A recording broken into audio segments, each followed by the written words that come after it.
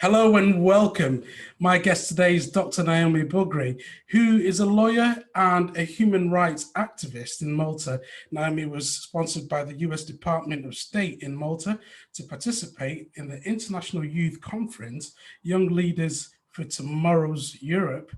Naomi has also been recognized as an emerging young leader. So we have someone very special in our presence here today. So a very warm welcome to you, Naomi. How are you doing? I'm doing well. I'm super busy in life at the moment, trying to juggle everything going on. But yeah, I guess that's everyone's life right now, especially with the situation that's going on, brings about a bunch of challenges and stuff. But I'm doing okay. How are you? I'm good, thank you very much. And obviously, you just told us you've been busy, so lockdown's been pretty different for you. How's things in Malta? How's it going there? So COVID-wise in Malta, we were doing quite well for a while. Only bars were closed for the longest time. But just yesterday, our Prime Minister announced that restaurants will be closing also, and further restrictions are going down. And at my workplace, most companies went to work from home in the beginning of the lockdown last year, so March till June. And since then, we were operating normally just until yesterday when, the government basically asked people to start working from home and to start isolating again. So, it's strange, from March 2020 to March 2021, it's like March is like the cursed, the cursed month for us. Yeah. But yeah, I mean, people's spirits were pretty high until yesterday, Yeah. so we're still kind of recovering from that. And there's hope, isn't there, with the vaccines? Absolutely, yes. There's definitely hope with the vaccines, but it just seems to be like as soon as the vaccine started rolling out, which is November, December, that's when, post Christmas, the numbers have been surging. More people are becoming COVID positive, more people are dying of COVID. So it's like people are confused. But yes, we're hopeful for, summer 2021 as well. Hopefully with the warmer weather, the virus um, won't be as bad. But who Yeah, knows? that's it. It's a time of We live, uncertainty in a we live in sense. hope, don't we? We live in hope. Absolutely, yes. In the introduction, I mentioned that you're a human rights lawyer, you're an activist. There's so many things that you're involved in. Can you tell us a bit about that role as a human rights lawyer and activist? Sure. So, in terms of my human rights law practice, so I work in a law firm at the moment. I obtained my warrants, so it's kind of equivalent to the bar, to practice last year, 2020. So, I've been working in a law firm, and when I was a student, I was working with this law firm in particular because they did a lot of human rights work. So mostly we work on immigration cases and transgender rights and all these things. So I was really attracted to the firm because of that. And now I get to do that work myself. So that's really exciting. But also there's the reality of the fact that I don't only do human rights law. I do a lot of other things, obviously, as a person who is really passionate about human rights, I also know, I've learned that it's very difficult to do only human rights law. Because obviously you're working with people who are vulnerable, you're working with people who need help. So you also need to support yourself as a professional. So you might need to do things that you maybe don't necessarily love to do, but you have to do as part of your job. So, even in my first year working, I'm kind of trying to get used to that, but I enjoy it. And yes, I mean, my human rights law practice, so far I've worked on a couple of cases, including a case about a ship which at the moment, which not at the moment, sorry, but a ship which in the past was in the Mediterranean, saving lives. So obviously living in Malta on a tiny island in the middle of the Mediterranean, we're surrounded by so many immigrants traveling, to have a better life. And so, yeah, there are so many of these vessels which made it their mission to save people's lives. And unfortunately, their lives are being made very, very difficult. And so we are working at the moment on cases such as this. But in terms of my activism, I would say that my activism is very separate from my work, unfortunately. But you know, it's something which I've done since I was young. And I was fortunate enough to meet a young lady in university. Her name is Sarah Azabe, and she is a Muslim. She's a Libyan Maltese, and we met in our first year of law school. And essentially, I had never really met anyone from a mixed heritage family who had the same experiences that I did. You know, I didn't meet many people from a mixed heritage background in general. I mean, when I was young in Malta, I was always the only mixed race child in every school I went to. And that came with some challenges. And so speaking to her, we decided just to kind of do a little campaign at university just about racism. So we just got these pieces of paper, and we asked people to write down a message that they would send to a racist person. So what would you say to a racist person? And, you know, they came up with all sorts of slogans. And then we just posted them online. We didn't think much of it. We woke up the next day and, you know, people were begging us to take down their photos because there were a lot of people who were threatening them. We were attacked by, you know, quote unquote, patriot movements in Malta who felt very threatened by the fact that we were proclaiming ourselves to be Maltese. We didn't look Maltese, and they thought we didn't speak Maltese, even though we do, but it doesn't matter whether we do or we don't. But yeah, they attacked us quite viciously. And so we decided to attack back. But rather than, you know, other than attacking, we decided that, you know, we realized there needs to be some conversations which need to be had. And so we decided that we were going to create this campaign, which we did, which was the campaign which I won the award for, which was called Redefining Us. And essentially Redefining Us meant a conversation about what makes us Maltese, and whether or not it's the color of your skin or what language or religion you have or where you come from or where your parents come from. And if it isn't, then what is it about? And it was really just a conversation. We weren't really looking to lecture anyone on what being Maltese meant. We just wanted to bring about the conversation. And we were extremely supported by the US Embassy, and they really supported us, not only emotionally, but also financially. And so we were able to also be on the media, and we went into schools and we were talking to students and children and teachers about these topics. And so, yeah, it was great. And I really enjoyed it. And it was a fantastic time. And I managed to go on this program, the Emerging Young Leaders program in the US, which was absolutely fantastic. And I learned from organizations that work in the grassroots level about how they deal with racism in the US. Obviously, it's a different context, but I learned a lot. And I got to share my experience as well. And then I think as I grew older, I started to realize that, you know, a lot of past traumas that I had never dealt with started coming up. And I started to become very emotionally overwhelmed and very psychologically affected by my activism work.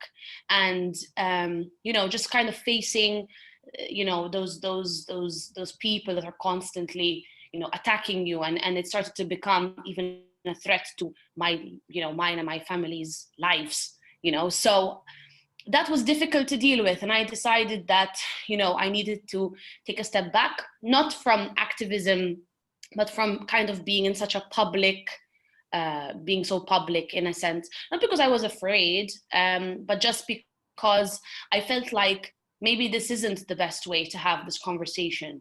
And, you know, it brought about a lot of thoughts. I mean, I was only 19 years old, so I had never really kind of grappled with, you know, exactly what activism was and the best ways and etc. So I decided to take some time out and to work on myself, both physically and mentally, because by that point I was extremely run down. I was trying to pass my exams. I had a lot of stuff going on.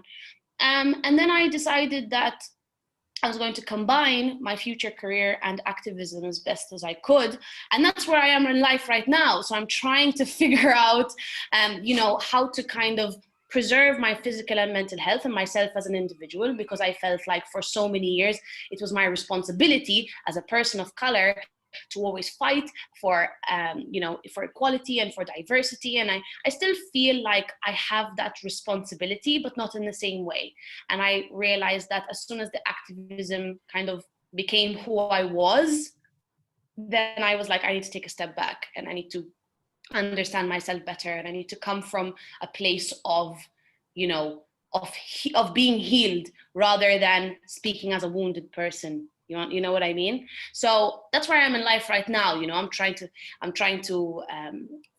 continue this journey that I started of, being physically and mentally healthy. I'm trying to also just take every opportunity I can to really do activism, not just in the public way, but even just day to day, speaking to more people and kind of just being more open about who I am. And also in my work, bringing that element in. And, I'm so passionate about human rights. And so I love working on those projects. And yeah, that's where I am in life right now. I hope I answered your question. But yeah. I mean, that's just incredible for a very young person like yourself to take that bold step to put yourself and your family at risk, but for something that you truly believed in. Where did that come from? Was that something that you always believed in? Did you always want that fairness and equality? Is that the way you were raised, or, was this just something that was burning within you? Oh, absolutely. I mean, it's definitely the way I was raised, 100%. I mean, my parents, my mother's white Maltese and my father's Black Ghanaian. And, from a young age, we weren't shielded from the fact that, my parents, even just them being together was, they went through a lot of suffering, when they started dating and they got married. And, living in Malta was very difficult, but my parents were extremely determined to make sure that we were confident in who we were and that we understood that there was nothing wrong with us. It was something wrong with everyone else. And I grew up in a very multicultural setting. So my father, he was a pastor of a church, and we were always around, so many different races and colors, and, we loved everyone, and we knew everyone as our family. And, going to school and realizing that people had never met anyone from another country was, I knew there was something wrong with them. You know what I mean? Not something wrong, but I knew that they were missing something. And, as I grew older, there were many times, especially in my teens, where I felt like maybe there was something wrong with me. But of course, my parents, they never, they were always instilling this value of confidence inside me. And, they were always encouraging me, telling me you're very eloquent, you're very confident, you can do whatever you put your mind to. I always wanted to be a lawyer. And so, they saw that passion within me. And, my parents are both very passionate as well. They both work, in this sector. They both, they work at grassroots level. They're both very passionate about human rights. They love people. And, they taught me to stand up for what's right. And so definitely it comes from my parents, but also it's something which gives me great personal satisfaction. Do you think things have gone backwards because of nationalism, or are we progressing forward? So I think I can only really speak in terms of Across the Europe? national context across Europe. Okay. So I think it really depends where you're looking at.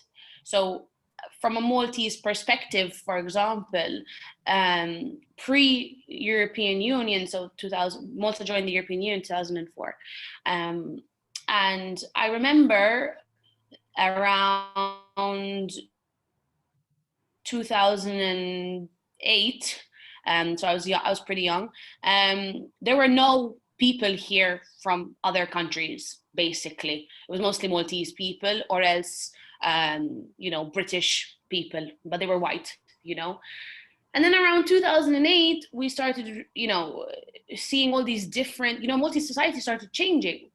And yes, that brought about its challenges, and there was an increase in nationalism and confusion and all of this. But I think that as time has gone on and the Maltese people have become more exposed, especially young people, because of social media and all of this, I think that things have gotten better.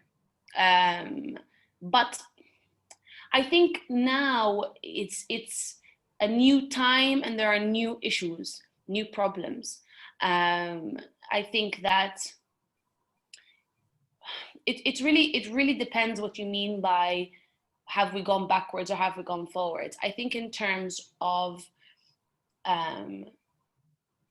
anti-racism, or actually let's talk about in terms of racism, so people having racist sentiments.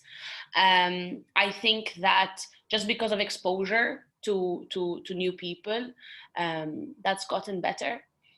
But I think that because of the way in Europe, which countries are coming together and we're looking more at like a federalist kind of thing. Obviously, you guys with Brexit, you guys have opted out of that. But I feel like, with Europe, we're starting to get closer and closer. And that is good because we're exposed to more people. But at the same time, people are really feeling this threat towards their national identity and their national heritage. And so I feel like with that, the target becomes the person next door who looks a different color, rather than people understanding that it's not really to do with who's around you, it's just to do with the way the world is progressing. And so, are we forwards, are we backwards? I don't know. I think there are new challenges, and I think racism is no longer just just the ignorance in the sense that we knew before. For example, in Malta, people had never met a Black person in their life. When I was young, I was the first one they ever met. But now that's not the case anymore. It's much more multicultural. So from that aspect, that ignorance is gone. It's more now, trying to grasp on to that national heritage and identity. And I feel like that was the reason why our campaign, we felt, was so relevant, because we're trying to explain that there's nothing wrong with being proud of your country. I'm extremely proud of being Maltese as a person, and I identify as Maltese, even though I have mixed heritage, but like I grew up here, I'm a Maltese person. There's absolutely nothing wrong with that. And I think that, people who try to impose a globalist kind of thinking, like, it doesn't mean anything that you're Maltese, it doesn't mean anything that you're British. I think that there you are setting yourself up for a defensive argument, because of course people feel extremely attached to their country. And I don't think there's anything wrong with that per se. It's more like, okay, you are Maltese, but what does that mean? And to the exclusion of who? And those are the type of questions we need to be asking. And I feel like nowadays in the world today, there is such a dichotomy. And this was another reason, to be honest with you, why I struggled with my activism, because I felt like being in the activist arena, I was surrounded by people who I felt were missing the point. Yes, they were fighting for justice and equality, but in the wrong way. Because I feel like, it's kind of like with this, it's like with everything in a sense, if you have a person that's telling you, being racist, whatever, most of the time there's some kind of pain underneath. There's some kind of threat that they are perceiving. And so if you do not really get to the bottom of what it is they're afraid of and kind of explain to them what their fear actually is and how they can make peace with it, then they're going to fight you, and you're going to fight them back, and then they're going to fight you, and then you're going to fight them. And I feel like there's just no place for conversation anymore. And so it confuses me how much of all of this racism is actually racism, and how much of it is just people fighting each other.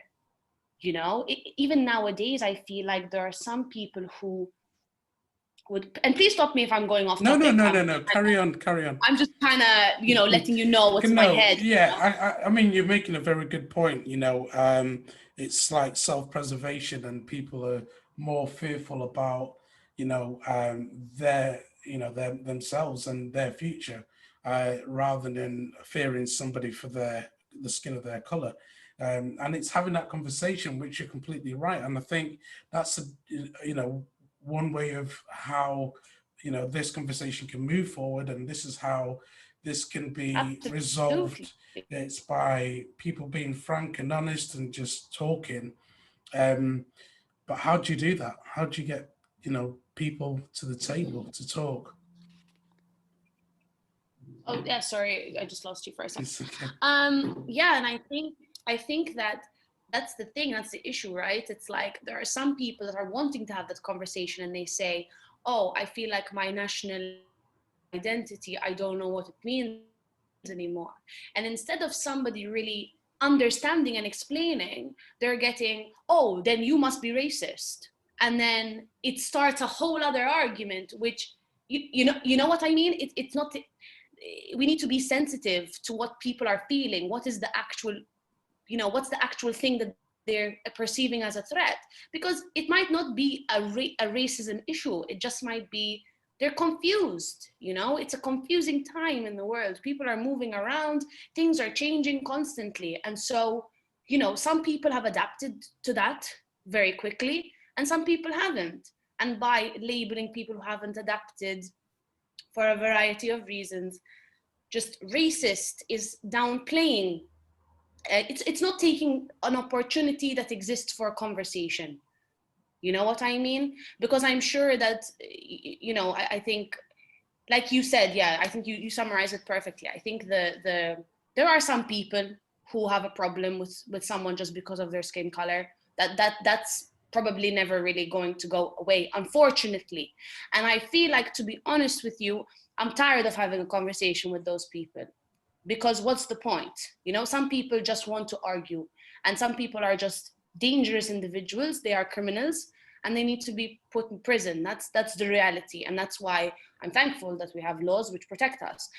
But then there are certain people who are just ignorant or afraid, and so I feel like we need to have a different conversation with those people. Yeah, that's it. That's the truth. Very inspiring just listening, to what you have to say.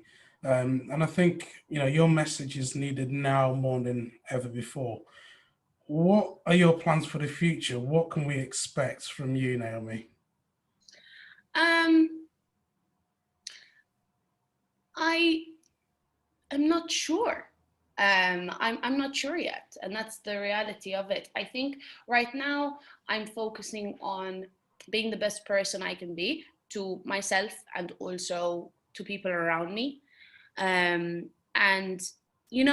for a long time, I felt like, especially when I finished the program of emerging young leaders, everyone was so supportive, and everyone was like, I hope I'll see you in like the UN or like Parliament or something big. To them it was like that was the dream for me. At the same time, I think I'm coming to the realization that I don't think that that's for me necessarily. I think that what you can expect from me is that, whoever comes my way and wants to have a conversation about these things, I'm open to it. And I just want to be the best possible person I can be, and just as in touch with myself and as knowledgeable as possible. And where that takes me, I don't know. I'm going to follow that. But I hope to be involved in some kind of platform which is constructive and educational, and for people who really want to learn and who want to talk. I love that. So I'm always open to such an opportunity. But other than that, I can't really tell you where I'll be, I really don't know. I'm Such a only wise, 24, yeah, such a you know. wise head and young shoulders. 24, already a doctor, lawyer, taking over the world. Incredible. And yeah, take each day as it comes, I suppose. You know, incredible just listening to what you have to say. There'll be a lot of people watching this who will want to find out more about what you're doing. How can people learn more about your passion in terms of these projects that you're involved in? How can people get involved and learn more about this? So definitely, whoever would like more information about how they can support local local stuff, you know, local stuff that's going on in Malta, how they can support projects that I'm very passionate about and projects that I support wholeheartedly. They can always get with me. I'm not really on any public platform at the moment. Like I said, I think just from my years of doing activism and just constantly doing this like public announcements project and then receiving, you know, so much hate, it really affected me, you know, and that's something that I'm trying to kind of get better at and heal from. So, you know, you won't really find me publicly anymore, but I'm always open to a conversation, and people can just be free to get in touch with me. They can get in touch with you and get my information. And, you know, I love talking. So, you know, I'm more than happy to talk. And, you know, I'm also looking for stuff that I can get involved in again, really slowly. And also, you can always check out the US Embassy's projects and programs. And also, really, you should check them out wherever you are. So whoever's listening, wherever you are, because the US Embassy is really fantastic. The one in Malta, I mean, they've supported me from early young age, and they support local grassroots organizations as well. But yeah, just about me, then if you want to talk to me, you can speak to me whenever, you know. Fantastic. Naomi, I just want to say thank you very much for spending the time to sit down, talk to us, sharing your passion. You know, you're clearly very passionate about human rights and, you know, wanting fair and free freedom for everybody, and even putting your own life at risk. But because you believe in a cause that's, you know, bigger than yourself, you've carried on and gone ahead with it. And I just want to say thank you. I want to honor you for it. You know, for such a young person, you know, you're so brave, you're so courageous, and it's amazing. And I believe you've got a very bright future ahead. And I just want to say thank you for spending the time with us today. No worries. Thank you.